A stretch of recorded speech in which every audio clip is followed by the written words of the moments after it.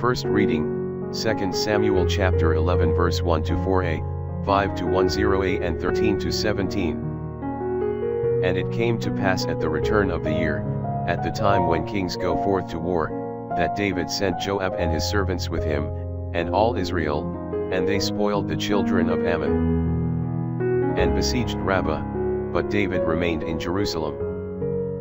In the meantime it happened that David arose from his bed after noon, and walked upon the roof of the king's house, and he saw from the roof of his house a woman washing herself, over against him.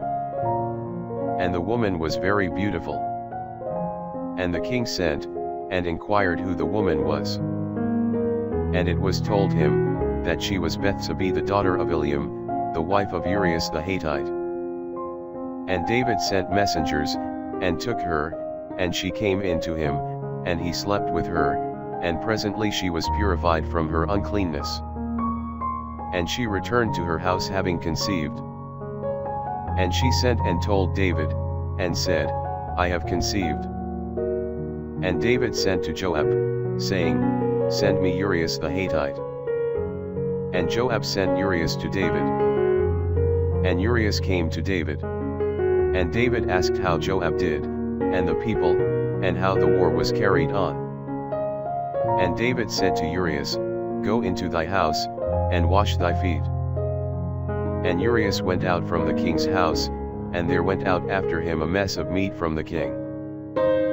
But Urias slept before the gate of the king's house, with the other servants of his lord, and went not down to his own house.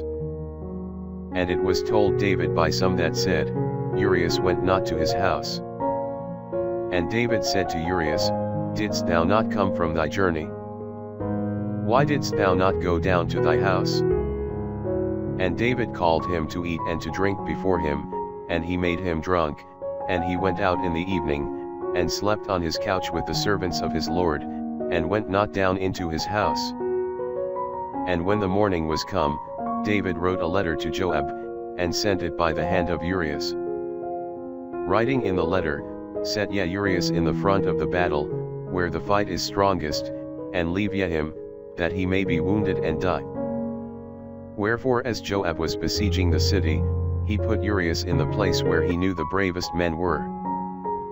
And the men coming out of the city, fought against Joab, and there fell some of the people of the servants of David, and Urias the Hethite was killed also.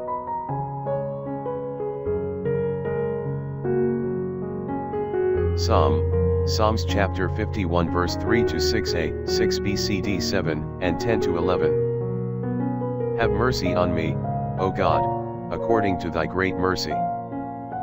And according to the multitude of thy tender mercies blot out my iniquity.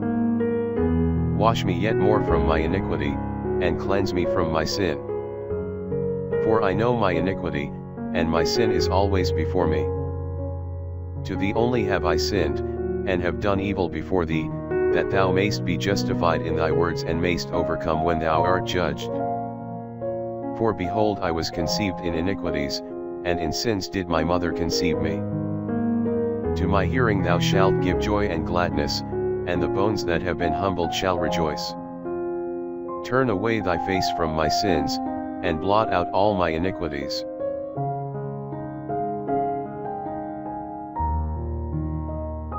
Gospel, Mark chapter 4 verse 26 to 34. And he said, So is the kingdom of God, as if a man should cast seed into the earth, and should sleep, and rise, night and day, and the seed should spring, and grow up whilst he know it not.